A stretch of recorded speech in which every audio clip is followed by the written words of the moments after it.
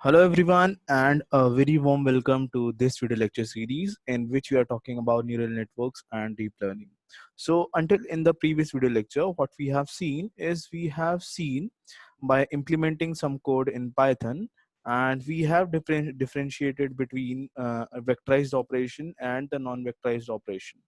Also, through code, we have very well justified that whenever we use the vectorized operations, then the code runs very quickly and very easily without any much computation power. And whereas when we use the non-vectorized operation, then it takes very much uh, more time as compared to vectorized operation. Okay, so in this video lecture, what we are going to do, apart from the examples that we have studied in the previous video lecture, we are going to look over to some more examples. Okay, these are also the examples that you would frequently use when you would program about neural networks and deep learning. So let us continue. Okay, so now what is the basic concept behind vectorization was, the basic concept behind vectorization is that you should avoid for loops or any kind of loops whenever it is possible. Now, if I'm saying that you should avoid using for loops or any kind of loops, then I'm not restricting you to use any kind of loops where there is not any way apart from using the loops. Okay, so if there is very much necessity that you could work only when you could use the loops, then you should definitely use those loops. But if it is possible that you could use the pre-made or the already made functions that are available in the libraries of any programming language that you are using, then definitely you should make use of those ready-made functions, because these functions basically use the SIMD operations that we have studied in the previous video lecture. You can look over to that lecture for having a proof as why vectorized operation are much more efficient when we work on neural networks and deep learning. Okay, so now let us take one more example here, and we'll not apply coding here, we'll only solve this example theoretically, and I'll show you how programming can be done using the vectorized operation in this video lecture. Okay, so let us take an equation as u equal to a into v. So what here u, a and v are, basically u is the output vector, a and v are the input vector, and basically we have done the dot product of a and v, and the result of the dot product of a and v will be stored in the new vector, that is the output vector u. Okay, so now if I want to multiply these two vectors, and so I need to do the summation of these two vectors also. So what my theoretical notations would be, u of I equal to summation of I summation of j, a of ij, v of j. Suppose that this is the function that I want to implement using the for loops or the non-vectorized operation. Okay, so how can I do this? Firstly, what we need to do is we need to assign some zero values to the output vector ui, because initially whenever you will declare this vector ui, this would contains the garbage value. So what you need to do, you need to remove these garbage value, and instead of the garbage values, you need to store some zeros in this vector. So firstly, I'll write the code for this. Okay, now I'll separate this slide. So this is the coding implementation. Okay, so I'll assign u as np dot zeros nx comma 1. Okay, because this u would also be the nx dimension vector, because the dimension of a and b are also nx. Okay, so I'll because there are two submissions present over here while solving this equation, so I need to put two for loops here. One for loop would be for I, and second, the inner for loop would be for j.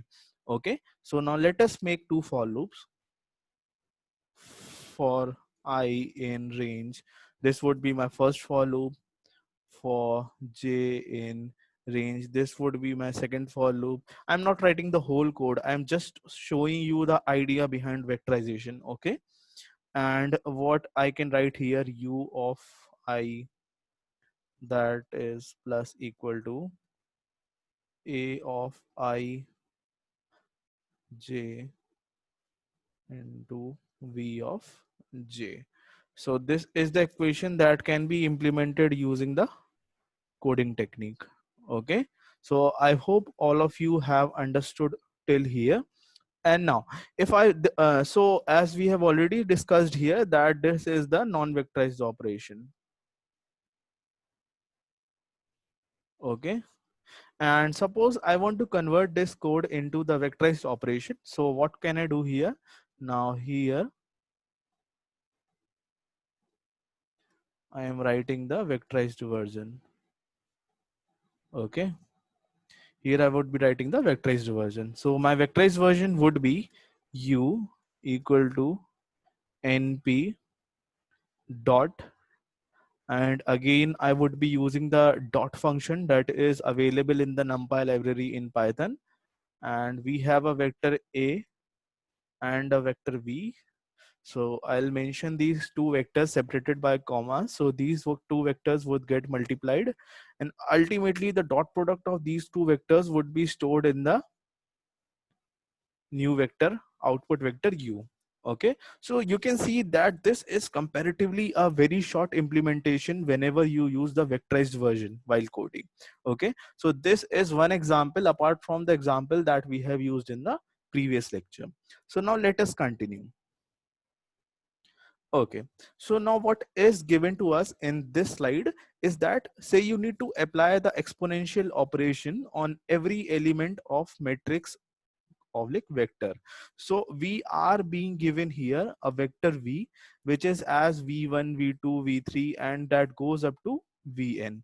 Okay, and what you need to basically do, suppose that if I give you a task here is to find a new vector u, you need to find a new vector u that is somewhat like e to the power of v1, e to the power of v2, and that goes on till e to the power of vn, because this is a n cross one dimension vector, so the output vector u would also be the n cross one dimension vector. Okay, so this much we have understood. Now I'll tell you the vectorized operation and the non-vectorized version that we can perform here. Okay, so look at this slide. Now this is the non-vectorized version that you can see on the left hand side. Let me draw a simple line so that it is easily separated. Okay, so this is the non-vectorized version that we are seeing here.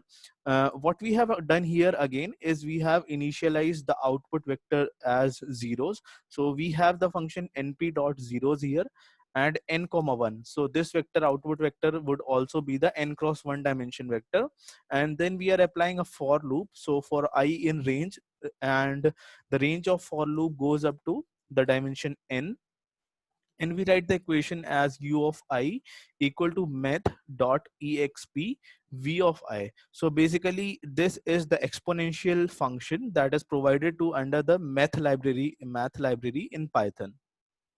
Okay, and suppose that you want to perform this non-vectorized operation in Python using the vectorized version. So how you can do this? Basically we need to import the NumPy library first.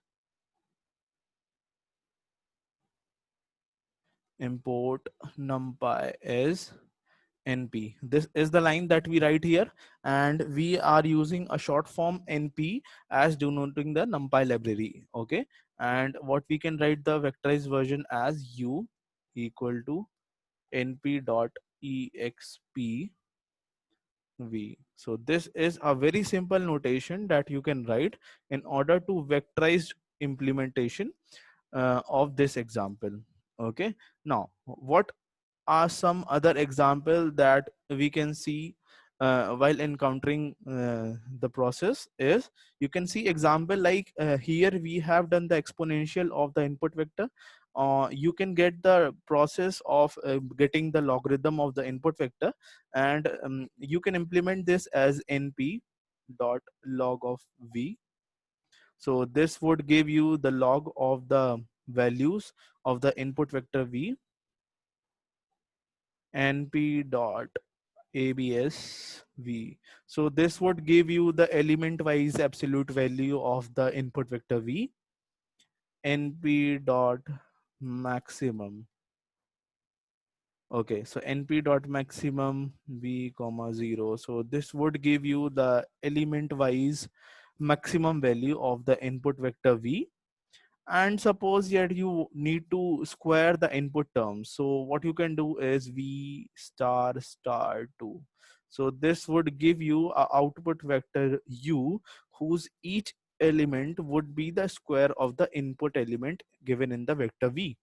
Okay, and if you do 1 upon v, then this would give you the element wise inverse of the input vector v towards the output vector u.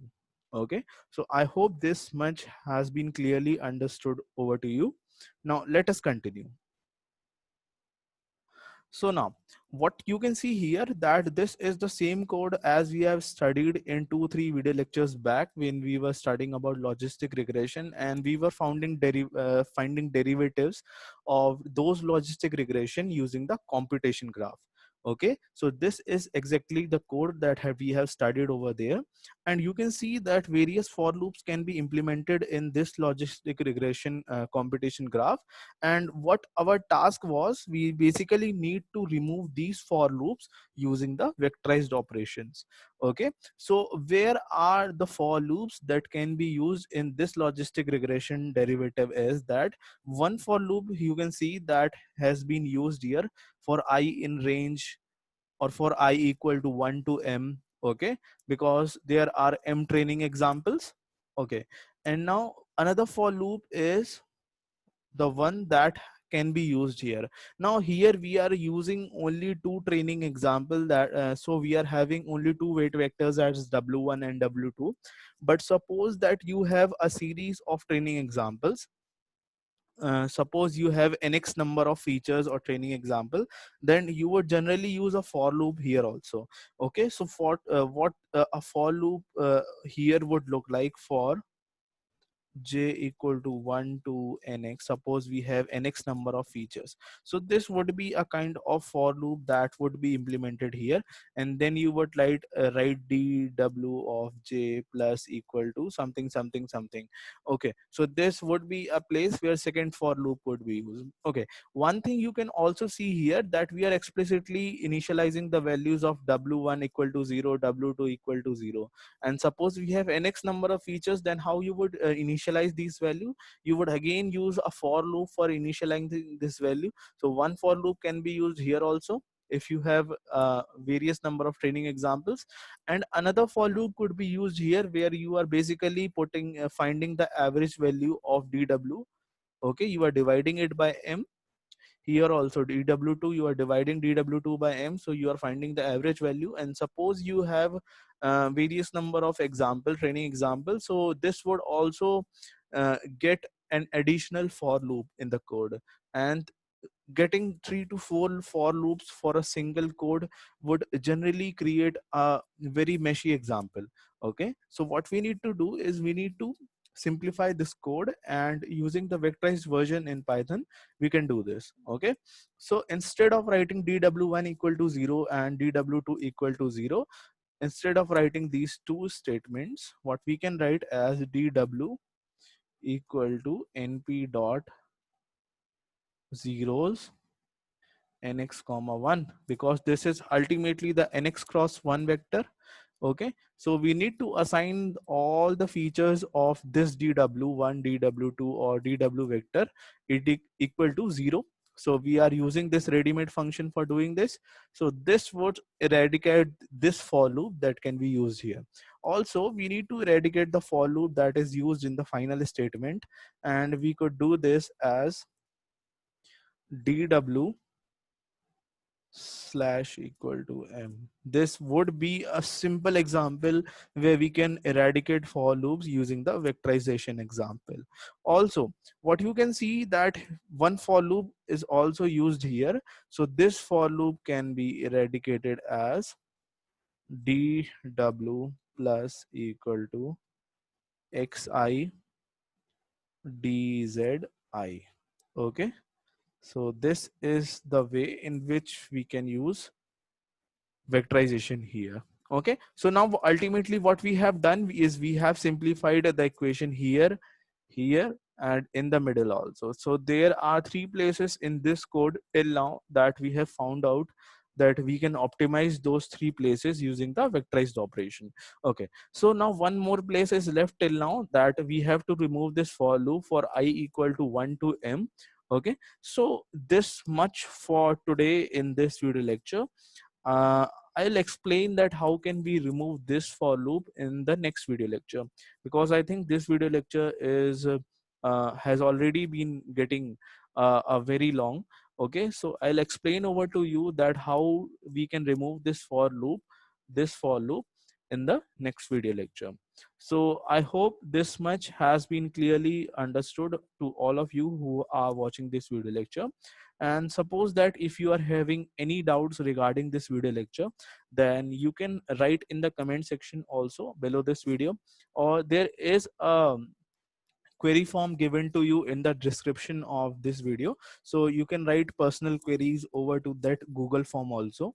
I hope this video lecture would have been very much informative to you. And suppose that if your friends are also working on this domain of neural networks and deep learning, so don't forget to share my video lectures to them also. Subscribe to my YouTube channel so that as soon as you get a new video, that video would be forwarded to you in the form of a notification. Okay, thank you so much.